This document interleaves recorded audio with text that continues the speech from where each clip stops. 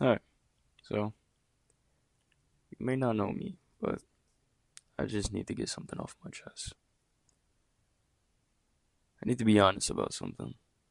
I was supposed to have this whole thing ready to go days ago. Instead, I reorganized my playlist, played video games, watched movies, um, cleaned my room 1,000 times, watched like three other documentaries, and did everything else except what I was supposed to do. And you could probably relate, actually.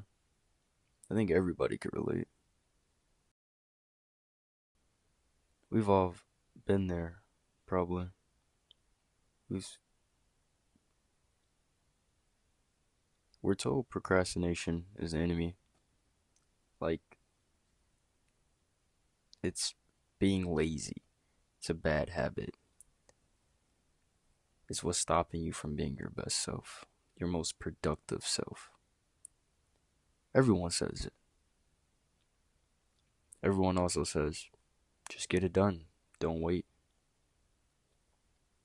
But what if that's not the whole story?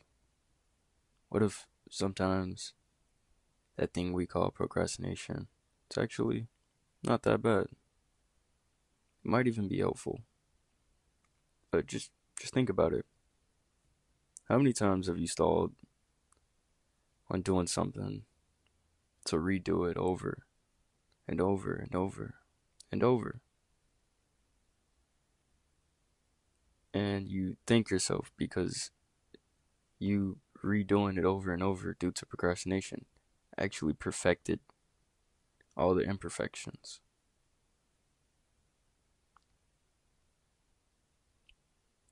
Procrastination could be somewhat of a cooling period for your body or your brain or your creative thoughts.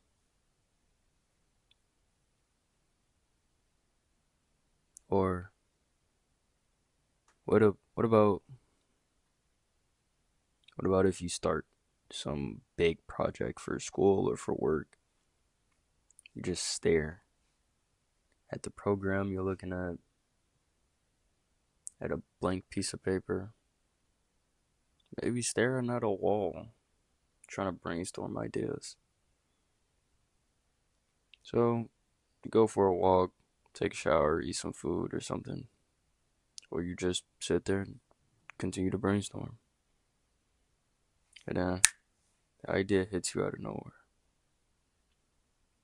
I think your best ideas rarely happen when you're forcing yourself to stare at the work. They happen in between moments when your mind is allowed to wander, or you're allowing yourself to gain ideas through other medias. That isn't procrastination. That's your subconscious actually doing heavy lifting. Sometimes not doing something right away is a form of self care. Your body and your brain screaming for a break. But since procrastination is looked down upon, you feel guilty for taking that break. Maybe it's just listening to what you actually need. 20-minute nap, 20 minutes of scrolling, maybe just listen to music for 20 minutes, spacing out. That's not you failing to do the objective that you were meant to do. That's recharging yourself so you can function later when you're pursuing. Let's be real.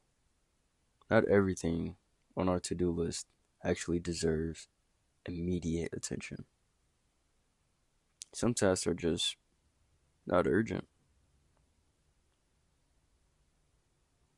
But the more of not doing that not urgent task and putting it to the side, but in the back of your mind, you know you have to get it done, the more you start feeling guilty for not doing it, the more you start thinking you're lazy. and procrastination is winning.